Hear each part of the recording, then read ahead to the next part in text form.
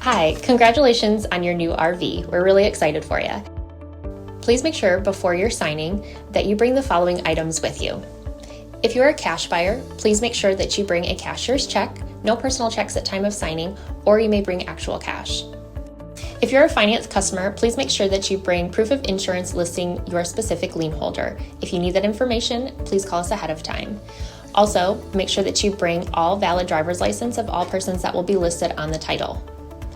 If you have a trade that you're trading in with us, please make sure that you bring your 10-day payoff as well as your title and all persons who will be listed on the title of that trade. Arrive 30 minutes early before your appointment time so we can properly inspect your unit, and also make sure that you have the fridge on and running prior to arrival. If you have any questions, please feel free to give us a call at 810-686-0710. Thanks so much. Have a great day. Hello, this is Mike with TradeWinds RV, here to congratulate you on your purchase of your Winnebego micro mini little travel trailer. I'm here to walk you around the unit, show you how to use a few things and get the best out of your camping experience. Let's start by arriving at the campsite. First thing I want you to take into consideration is your slide. So make sure that you park accordingly so your slide can reach easily. Now your water and electricity hookups to consider. Electricity will be on your driver's side or off camp side toward the rear, and your water just in front of that. So park accordingly so that you can utilize their facilities easier. Arrive at the campsite. First thing you do is unhook your hitch. Our hitch man will walk through that with you. And then you do have a power tongue jack to level the unit. You have a docking light for evening. It can go up or down.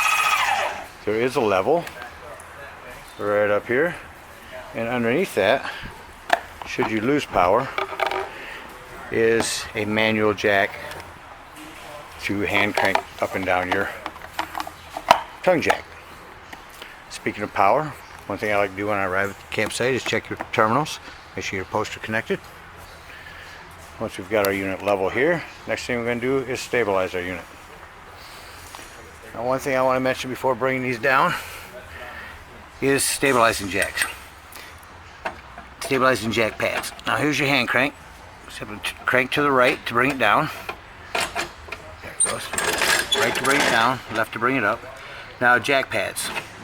Highly recommend jack pads. They'll better distribute the weight. They'll protect your stabilizing jack feet from hot tar, dirt, debris. Keeps them cleaner, and it makes things a little safer. So bring that down just until you're taut. Remember, these are stabilizing jacks, not leveling jacks. Bring all four down in all four corners. Go back and check and make sure you haven't raised any of them. Just bring them down tight so you're stable. Once our unit's level and then stable, we're going to go ahead and hook up our power and water.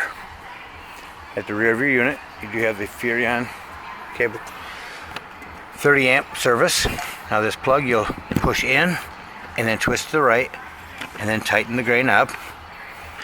The other end of the cord you have 30 amp service. Now should you need to plug into 110, in your convenience pack is this 30 to 110 adapter. Got our power hooked up. Next thing we're going to do is hook up our water. Now I did notice on your unit this says potable water only. This is your city water connector. Your potable water is on the other side, and I'll show you that in a moment. So, first thing is most important, water pressure regulator. This is going to reduce your pressure to 40 to 50 psi, protecting the lines in your unit. Don't want to blow your lines out. You don't know what the water pressure is set at different parks. So before putting any water into this unit, always use your water pressure regulator. It'll be in your convenience pack. Got our water pressure regulator hooked up. Before turning on our water, we're going to find our hot water heater. All the way around to the campsite of your unit. Down here is your hot water heater. It'll look like that closed. And the campsite toward the rear. First thing you want to do is close your drain plug. Now you may have opened this up the last time you were camping. So make sure you've closed this up. And then you can turn on your water. Once your water is ran for a few minutes, you're going to come up here to this pressure release valve.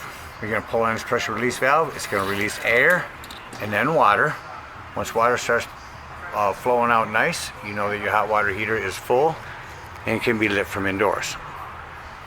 Now, should you be using potable water on your campsite, if you're going where they don't have a city water connect, is a potable water tank. Again, fill this tank, go over and burp your hot water heater. That's what you do by releasing the air out of your pressure regulator. And again, you'll know that it's full. It can be lit from indoors. We have our water hooked up, our electricity hooked up. Let's talk about a few other things on the outside of your camper. Start on our campsite here. You have your LED lights and your awning. On this awning, one thing I want you to take note is when bring it out until this flap falls down to 90 degrees. And then you know you've went down far enough.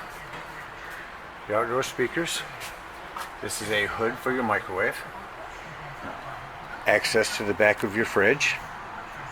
Now this is your furnace release. This is going to get hot, so steer clear of that.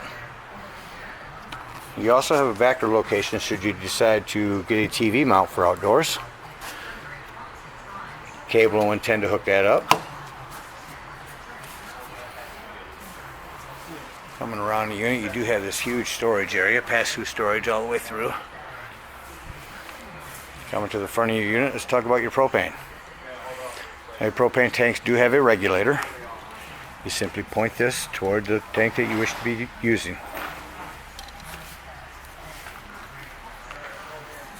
Going around to the other side. This is prepped for solar. So should you want to hook up a solar panel, you can plug it in here and it'll trickle charge your batteries when you're off grid. Again, your pass-through storage, your slide,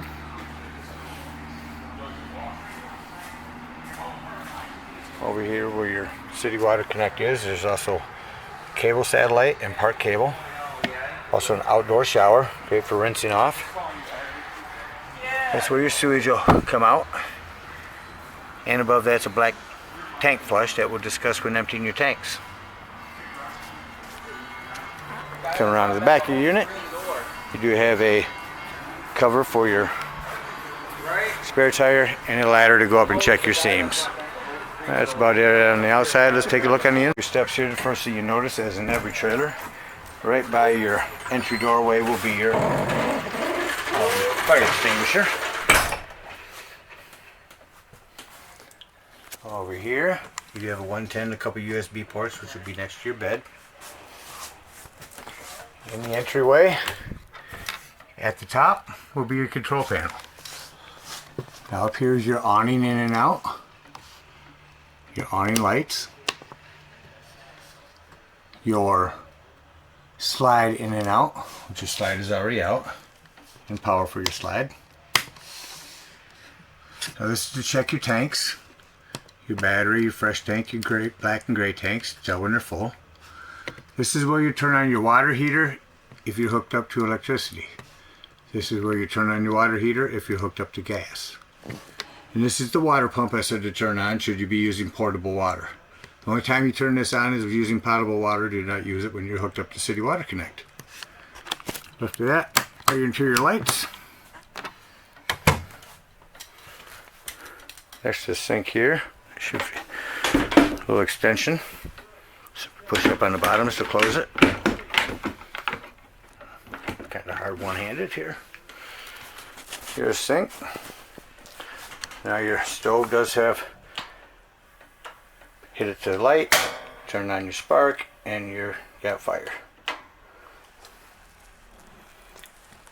Below your sink, below the 110 that has a GFI on it, is your 12 volt carbon monoxide detector. Now the reason I mention this is 12 volt is because it's constantly running off your battery. So if you're going to be gone for the day, disconnect your battery post or use battery disconnect if this unit has one, and protect your unit from running down your battery. Otherwise this will run it down to dead. Plugged in, you're fine. Coming around stove here, close the top back down. You do have a light and a fan for your stove. Self-explanatory microwave. let's talk about your fridge here. To the left, turn it on, and it's on auto. Auto means it's running off electricity when plugged in. As soon as you unplug, it will go to gas. Push this button here to lift it up so it's strictly on gas. Down below your fridge, all the way down here on the ground, is your access panel to your fuse box and breaker box.